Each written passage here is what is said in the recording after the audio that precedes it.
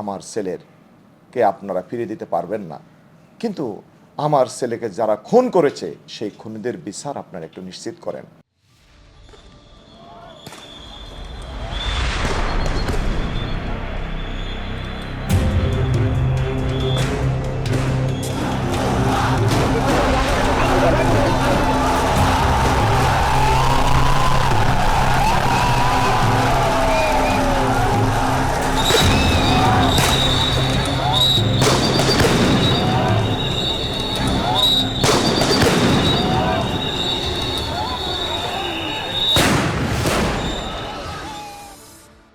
নতুন বাংলাদেশ সৃষ্টিতে, বৈষম্যহীন বাংলাদেশ পেতে যারা ঐতিহাসিক ভূমিকা পালন করেছে, আজকে আমরা জুলাই আগস্ট বিপ্লবের শহীদদের স্মরণ করছি। আমি ডেস্টিনি পরিবারের মাধ্যমে স্মরণ করছি।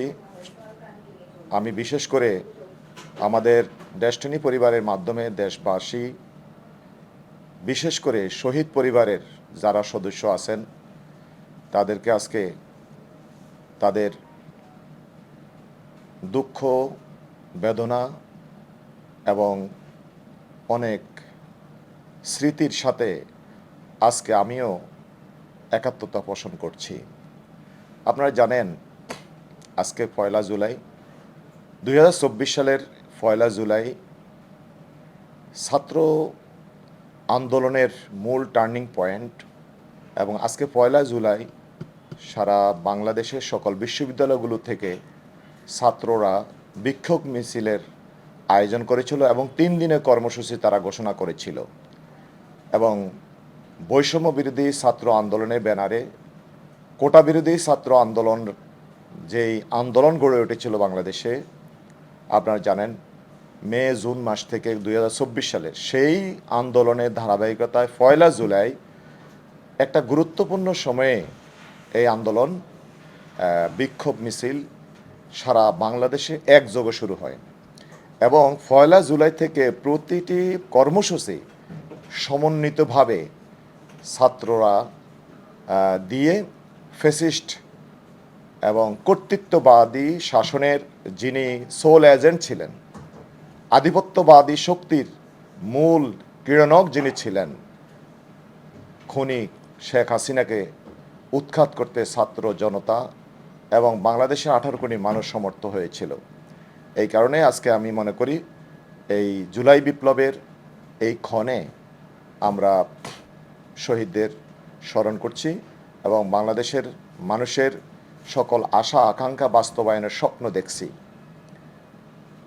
আমি এই আন্দোলনের শুরু থেকে নয়, শুধু আমরা গত 17 বছরে 2006 সালের 28 অক্টোবর আমি পল্টন মোড়ে আমি এক্সটেনশন লাইফ পেয়েছি, কারণ আমার সামনে 6 জন ভাই শহীদ হয়েছেন। আমি সে আন্দোলনের সময় সেখানে আমি নেতৃত্ব দিয়েছি। ইসলামী ছাত্র শিবিরের ঢাকা মহানগর পূর্বের সভাপতি হওয়ার কারণে সেখানে আমার থাকতে হয়েছে। আমার সামনে গুলিবিদ্ধ হয়ে আমাদের ভাইয়েরা শহীদ হয়েছে এবং আপনারা জানেন 2006 সালে 28 অক্টোবর বাংলাদেশ পথ হারিয়েছিল। সেদিন গণতন্ত্রের বিরুদ্ধে যেই নগ্ন হস্তক্ষেপ, একটি অপশক্তি, বিশেষ করে 14 দলের যেই হিংস্রতা আমরা সেদিন দেখেছি, সেই ধারাবাহিকতায় আওয়ামী সরকার ক্ষমতায় এসেছে এবং তারা এসেই বাংলাদেশের মানুষের বিশ্বাস, বাংলাদেশের মানুষের গণতান্ত্রিক অধিকার সকলের বিরুদ্ধে অবস্থান নিয়ে বাংলাদেশকে একদলীয় শাসনের দিকে ঠেলে দেওয়ার লক্ষ্যে 2008 সালে প্রথম বাংলাদেশের সকল মানুষের আপনার সমর্থনের ভিত্তিতে যে কেয়ারটেকার সরকার প্রতিষ্ঠিত হয়েছিল, সেই কেয়ারটেকার সরকার ব্যবস্থা বাতিল করে দেয়। এবং আপনারা জানেন আওয়ামী লীগ তখন তাদের প্রেসিডিয়াম সদস্যদের নেতৃত্বে, আমার যতটুকু মনে আছে 5 সদস্য বিশিষ্ট একটি প্রেসিডিয়াম সদস্য নিয়ে একটা কমিটি গঠন করা হয়েছিল। ওই প্রেসিডিয়াম সদস্যদের ম্যাক্সিমাম সদস্য কেয়ারটেকার সরকার রাখার পক্ষে রায়, মানে তারা মতামত দিয়েছিল। কিন্তু শেখ হাসিনা এই কেয়ারটেকার সরকার ব্যবস্থা বাতিল করে আপনার বাংলাদেশের রাজনৈতিক সংকট সৃষ্টি করে এবং এবং সেটা 2009 সাল, 2013-14 সাল, তারপরে 2018 সাল, দিনের ভোটে রাতে নেওয়া, আমি ডামি দিয়ে নির্বাচন করা এবং বিনা ভোটে 151 জন এমপি দিয়ে সংসদ গঠন করা, এটা বাংলাদেশের রাজনৈতিক ইতিহাসে, বাংলাদেশের গণতান্ত্রিক শাসন ব্যবস্থার ইতিহাসে একটি কলঙ্কজনক অধ্যায়। আমরা জানি আওয়ামী লীগের ইতিহাস অতীতে তারা কখনো আওয়ামী লীগ এবং গণতন্ত্র কখনো একসাথে চলে না। 75 সালে সেটা দেখেছিল এবং পরবর্তীতে এসেও তারা কিন্তু সেই ধারাবাহিকতায় মানুষের বিশ্বাসের বিরুদ্ধে, মানুষের চিন্তার বিরুদ্ধে, গণতান্ত্রিক অধিকারের বিরুদ্ধে তারা একতরফা সকল সিদ্ধান্ত নিয়েছে। মানুষের ক্ষোভের বহিঃপ্রকাশ, আপনারা মানুষ তাদের বিরুদ্ধে ভোট দিবে, মানুষ তাদের বিরুদ্ধে অবস্থান নেবে, এই কারণে তারা সকল ভোটের অধিকার ভূলণ্ঠিত করে মানুষকে ভোটাধিকার থেকে বঞ্চিত করেছে।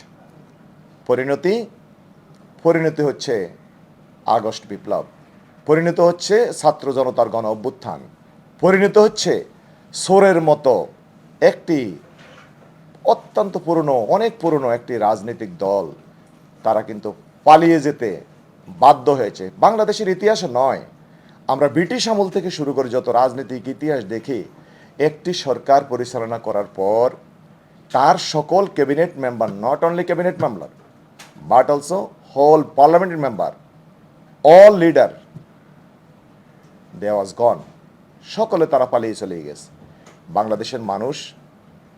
বাংলাদেশের মানুষ অত্যন্ত আবেগপ্রবণ। বাংলাদেশের মানুষ কোনো অন্যায়কে বেশি দিন অন্যায়কে সহ্য করে না। আমরা দেখেছি 5 অগাস্টের যেই বিপ্লব, তারা সকল দল মত নির্বিশেষে বাংলাদেশের সকল মানুষ রাস্তায় নেমে এসেছিল। আর সেই নেমে আসার পরে আমরা বাংলাদেশকে নতুনভাবে বাংলাদেশ পেয়েছি। আমরা গণতান্ত্রিক বাংলাদেশ ফিরে পাওয়ার জন্য আবার ডক্টর ইউনূসের নেতৃত্বে একটি ইন্টারিম গভর্নমেন্ট গঠিত হয়েছে।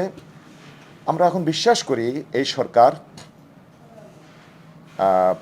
যেই অভ্যুত্থানের মাধ্যমে এই সরকার গঠিত হয়েছে, এই সরকার আমরা মনে করি শহীদদের আপনার আশা আকাঙ্ক্ষার বাস্তবায়ন করবে। কেমন আশা? তাদের একটা প্ল্যাকার্ড সারা পৃথিবীর মানুষের অন্তরে সোয়াল লেগেছে, সেটা হচ্ছে উই ওয়ান্ট জাস্টিস। ছাত্রদের, কোমলমতি শিশুদের তারা বলেছে উই ওয়ান্ট জাস্টিস, আমরা ন্যায় বিচার চাই, আমরা একটা ন্যায় ভিত্তিক সমাজ চাই, বৈষম্যহীন সমাজ চাই।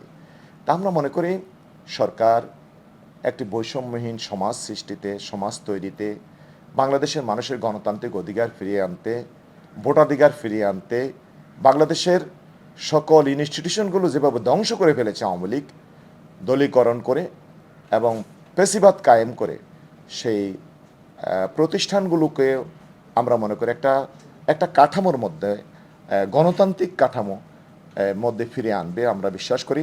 এখন আপনারা জানেন সরকার ইতিমধ্যে অনেকগুলো সংস্কার কমিশন গঠন করেছে। এই সংস্কার কমিশনগুলো যেই পদক্ষেপ নিচ্ছে এবং প্রায় 30-এর উপরে দল, প্রায় 33 অথবা 33 দল নিয়ে অলরেডি ডায়ালগ হচ্ছে, পর্যায়ক্রমে বসছেন। আমরা মনে করি এই ডায়ালগের মাধ্যমে বাংলাদেশ নতুন কিছু বিষয় পাবে এবং সকল মানুষ এখানে দেখবেন ডান বাম এবং মধ্যম পন্থা যারা আছেন সকল দলে কিন্তু একটা প্ল্যাটফর্মে আসতেছেন। এটা বাংলাদেশের রাজনীতির জন্য ইতিবাচক, 18 কোটি মানুষের জন্য ইতিবাচক। কিন্তু এখানে আমরা এটাও লক্ষ্য করছি কিছু কিছু দল তারা মনে করছে আমরা এখনই ক্ষমতায় চলে যাব। আর এই চিন্তা থেকে তারা কিন্তু, আমি এই দলের নাম বলছি না, কিন্তু তারা অনেক গুরুত্বপূর্ণ বিষয়ে তারা কিন্তু দ্বিমত পোষণ করছেন। কিন্তু ম্যাক্সিমাম দল জনগণের আশা আকাঙ্ক্ষার প্রতিফলনের পক্ষে কিন্তু তারা ভূমিকা রাখছেন।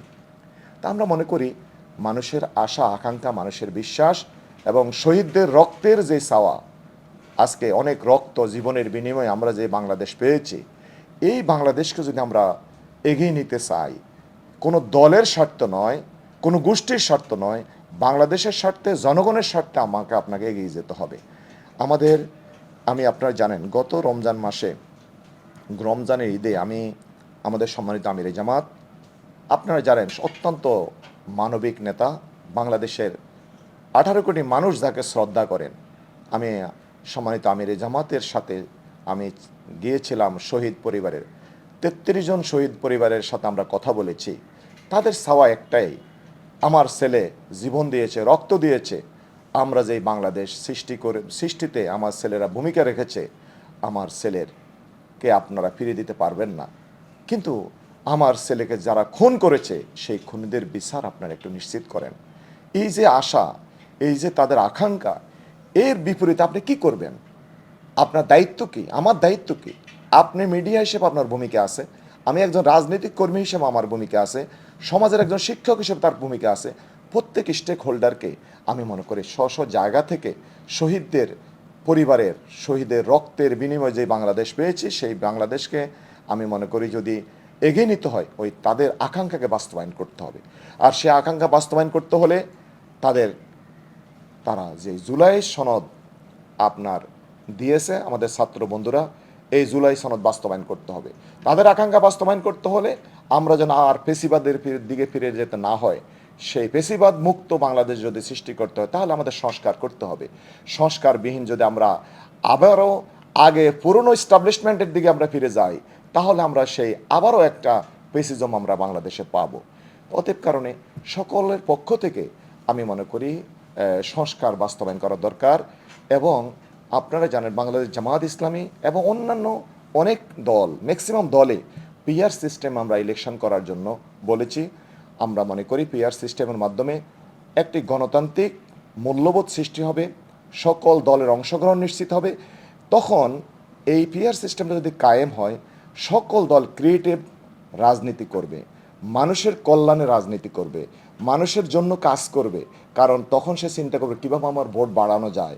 এখন তো যেন তেনভাবে একটি দল ক্ষমতা গিয়ে আপনার 30% ভোট পেলে আপনার একজন কর্তৃত্ববাদী মানে আসনে সে বসতে পারে, 70% মানুষের উপর সে কর্তৃত্ব কায়েম হয়ে যায়। কিন্তু পিআর সিস্টেমটা কায়েম হলে সকল পক্ষ, সকল মতের প্রতিনিধিত্ব নিশ্চিত হবে, সকল মানুষের আশা আকাঙ্ক্ষার প্রতিফলন ঘটবে। আমি মনে করি বাংলাদেশকে যদি এগিয়ে নিতে হয়, এই পিআর সিস্টেম ব্যবস্থা একটা কার্যকর পন্থা হিসেবে পরিগণিত হবে। এক্ষেত্রে কেউ বলেন, এটা বলতে পারেন, প্রত্যেকের বিষয় কিন্তু মেরিটস এবং ডিমেরিটস থাকবে, কিন্তু আমি মনে করি এটার ডিমেরিটস থেকে মেরিটস বেশি। আমি আপনাদের মাধ্যমে আমি সর্বশেষ বলবো, আমি ব্যক্তিগতভাবে সরাসরি আমি এই জুলাই আন্দোলনে শুরু থেকে নয়, আমি গত এই ফ্যাসিস্টের বিরুদ্ধে আন্দোলন করতে গিয়ে আমি গত 17 বছরে আমি 9 বার জেলে গিয়েছি। আমি 3 বছরের মতো জেল খেটেছি, অসংখ্য রিমান্ড। এগুলো আমরা কখনো কোনো অবস্থায় আমার জীবনে প্রথম হয়তো বা কোনো প্রেসে আমি এখন কথা বলছি, কখনো বলি নাই। কারণ আমরা যতটুকু কাজ করেছি এটা আল্লাহ রব্বুল আলমিনের সন্তুষ্টির জন্য করেছি।